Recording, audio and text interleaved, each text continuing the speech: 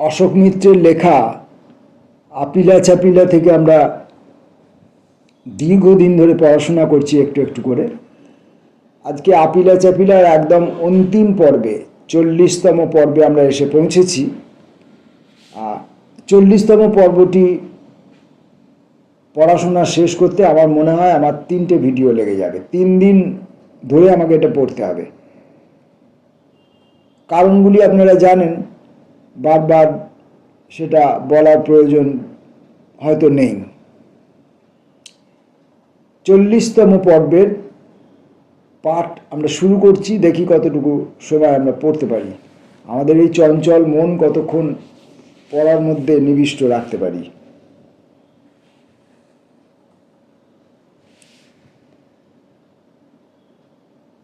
আপিলা চাপিলা ঘন ঘন কাশি। নিজেরই ঝেড়ে কাশতে ইচ্ছে করছে। চারদিকে বিরক্তিসূচক প্রশ্ন, এই ঘ্যান ঘ্যানে পাঁচালি আর কতদিন টানা হবে? কেউই খুশি নন। যারা চেয়েছিলেন ব্যক্তিকেন্দ্রিক আত্মকথন তারা হতাশ। লোকটা বাবা মার কথা, আত্মীয় স্বজনের কথা, ঘরবাড়ির কথা প্রায় কিছুই জানালো না। যারা একটি বিশেষ কালের বিশ্লেষণাত্মক রাজনৈতিক বৃত্তান্ত চেয়েছিলেন তারা সাহিত্য প্রসঙ্গে নিরন্তর অনুপ্রবেশে তথা লেখকের ইতস্তত লঘুতা বিহারে বিতরাগ চেপে রাখতে পারছেন না। আর কাব্য সাহিত্যের যারা 12 মেশে ভক্ত, দেশ সমাজ নাচ্ছা রাজনীতিকলার সাতকাহনে তারা অবসন্ন। জীবনের উপান্তে পৌঁছে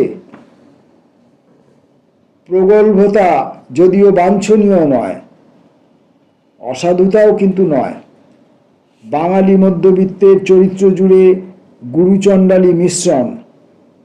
চরিত্রহীনতাই তার স্বভাবের প্রধান লক্ষণ। আমার মাঝে মাঝে কবিতা বা কবি কাহিনীতে অথবা বান্ধব স্মৃতি মেদুরতায় ডুবে না গিয়ে উপায় নেই। অথচ সমাজের মূল সমস্যাগুলি নিয়ে ভাবনায় অচিরে প্রত্যাবর্তনও সমান স্বাভাবিক। সেই সঙ্গে ঘটে যাওয়া নানা কাহিনীর অক্ষৌহিনী বাহিনীকে অবজ্ঞাত মস্ত ব্যাকরণ বহির্ভূত ব্যাপার। অতএব কখনো কখনো ভুলে যাওয়া, খানিক বাদে ফিরে আসা, ফের ভোলা, ফের ফেরা। আপিলা চাপিলারা ধরা দেয়, অথচ দেয়ও না। তাছাড়া দেয়ালে পিঠ ঠেকিয়ে দিনাতিক্রম। এখন কবুল করতেই হয়, নিজেরও প্রিয়ভাজন আমি নই, অন্যদের তো নই। হঠাৎ কাহিনীটি মনে পড়ল। 78 সাল, নয়তো তার পরের বছর, উত্তরবঙ্গের এক শহরে কার্যব্যাপদেশে গিয়েছি। সন্ধ্যাবেলা হাতে যেহেতু কিছু ফাঁকা সময়, এক পিস্তুত দিদির সঙ্গে দেখা করতে গেলাম। দিদির এক ছেলে সদ্য পরিণীত, নববধূটি কিছুতেই বাইরের ঘরে এসে আমার সঙ্গে আলাপ করবে না। অনেক সাধ্য সাধনার পর এলো। ভয়চকিতা হরিণীসমা বাচ্চা মেয়ে, বালিকাবধূই বলা চলে। একটু একটু করে তার জড়তা কাটল। ঘণ্টা 2 বাদে যখন বিদায় নিচ্ছি, তার সরলতম কবুলতি, কেন প্রথমটা আপনার সামনে আসতে ভয় পাচ্ছিলাম জানেন? আমাদের চন্দননগরের বাড়িতে আমরা তো ওই 5 লাখি কাগজটা পড়ি, ভেবেছিলাম আপনি খুব খারাপ লোক। সংবাদপত্রটির উপর ক্ষোভ পুষে কি লাভ? সত্যই তো, আমার স্বভাবে অনেক উচ্চাবচতা। মেজাজ কখনো সপ্তমে চড়ছে, কখনো বরফকুচির মতো শীতল হচ্ছে। বচনে কর্কশতা, ঔদ্ধর্যের ছোঁয়া যদি বা কখনো লাগে তা আকস্মিক অঘটন। ব্যবহারিক জীবনে সর্ব ঋতুতে একে ওকে তাকে দূরে ঠেলে দেওয়ার দিকে আমার ঝোঁক, কাছে টানার আগ্রহ আদৌ নেই। মানুষটা উচ্চ ঈশ্বরে কলহপরায়ণ হতে ভালোবাসে, গলা চুলকে ঝগড়া করে পর্যন্ত। যেখানে ঠেস দিয়ে কথা না বললেও চলে, সে অবধারিত ঠেস দেবেই। এমন মানুষের আখেরে তাই নিঃসঙ্গতাই একমাত্র অবলম্বন। ক্রান্তির লগ্ন সমাগত হলে সে যন্ত্রণায় দগ্ধ হবে, কেউ তাকে বাঁচাতে আসবে না।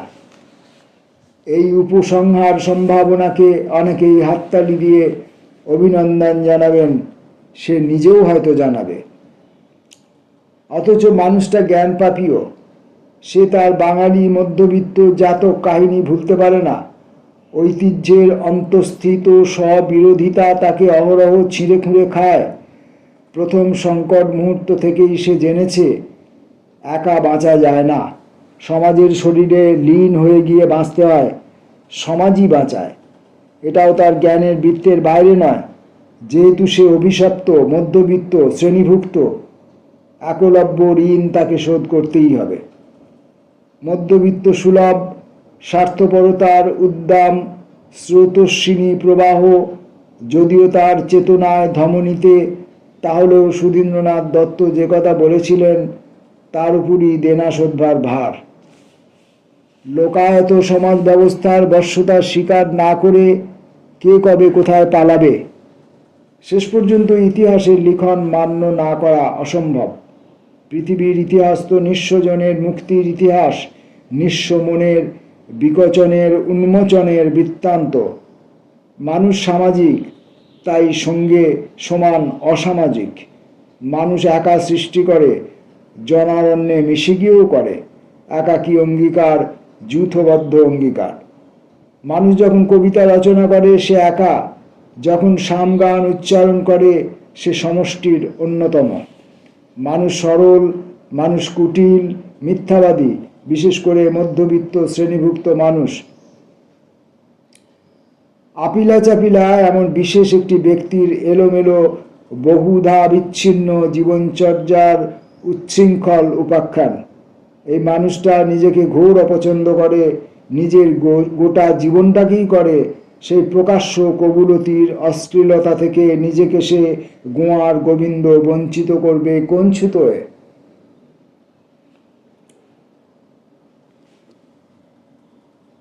এক অতি সম্মানীয় বাঙালি জ্যেষ্ঠজন জীবন সায়ান্নে অকপট বিষণ্ণ স্বীকারোক্তি করেছিলেন তার জীবন সফল হয়নি। যে লক্ষ্য আদর্শ ব্রত নিয়ে তার জীবন সংগ্রামের আরম্ভ, তাদের কোনো কিছুই সার্থকতার মুখ দেখেনি।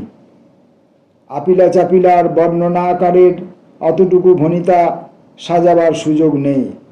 তাই চরিত্রহীনতাকেই সে বারবার বলেছে স্থিত ভব, স্থিতি ভব। লক্ষ্য শূন্যতাতেও আবিষ্ট হও। দিনের পর দিন যত লাঞ্ছনাতেই কাটুক না কেন, কৃত অকর্মের জন্য সাফাই গাওয়ার চেষ্টা করো না। মানছি সমাজ বা দেশের সমস্যাগুলি থেকে উদ্ভূত চিন্তার বিবেক পীড়নে সে নিরন্তর প্রহিত।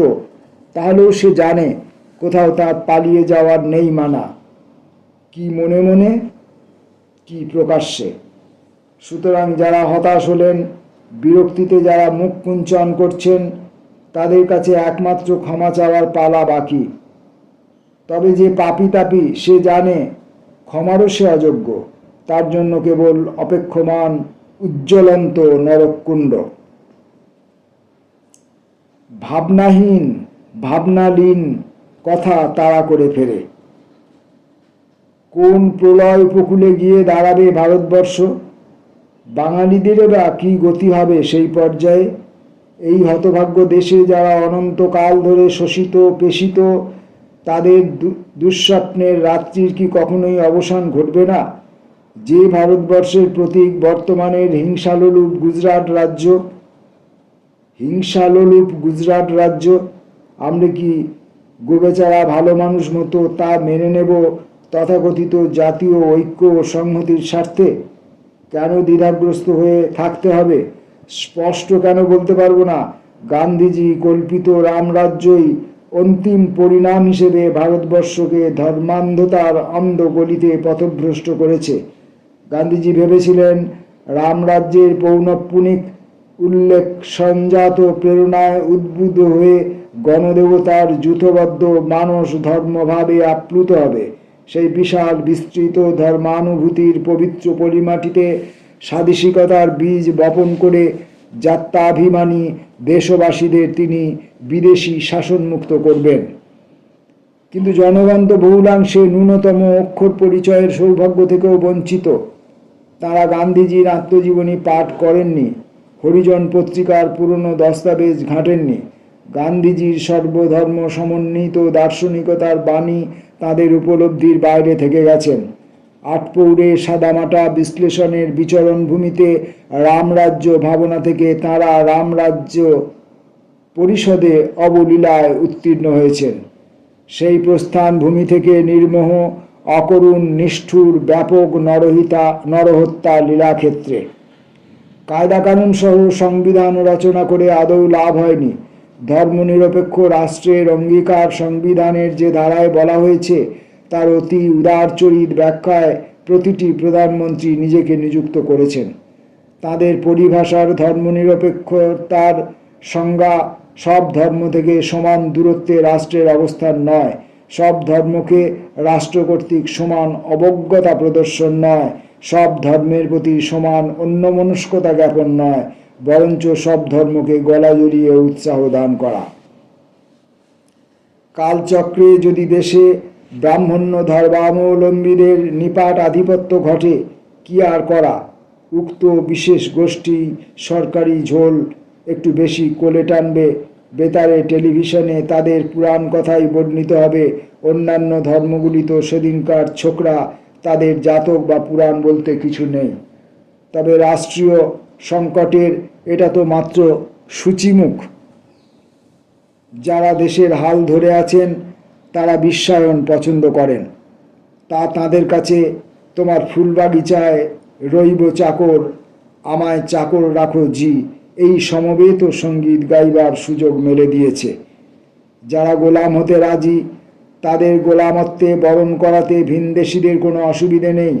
গোলামরা যদি তাদের পুরাণ ব্যাকরণের ফলিত প্রয়োগে উৎসুক হয় তাও ক্ষমা ঘেন্না করে নিতে সমস্যা নেই। ভিনদেশীদের অসাধারণ চারিত্রিক নমনীয়তা তাদের কার্যসিদ্ধি হলেই হলো। পৃথিবীর যে যেখানে যত নমুনার শ্রেণী স্বার্থান্ধ প্রতিক্রিয়াপন্থীরা থাকুন না কেন, তাদের জন্য ভিনদেশীদের অভ্যর্থনা সমিতি সদা প্রস্তুত। ভিনদেশী প্রভুরা অতীতে ইরানে খোমেনিদের তোল্লা দিয়েছেন, আফগানিস্তানে তালিবানিদের একদা তারা মুখ্য পৃষ্ঠপোষক, ভারতবর্ষে ত্রিশূলওয়ালাদের ভরসা জোগাতেও তারা সমান উৎসাহী। তারা ঝালে আছেন, ঝোলে আছেন, অম্বলেও আছেন।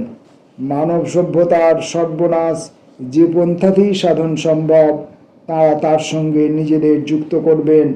বখরার ভাগটুকু পেলেই তারা তুষ্ট।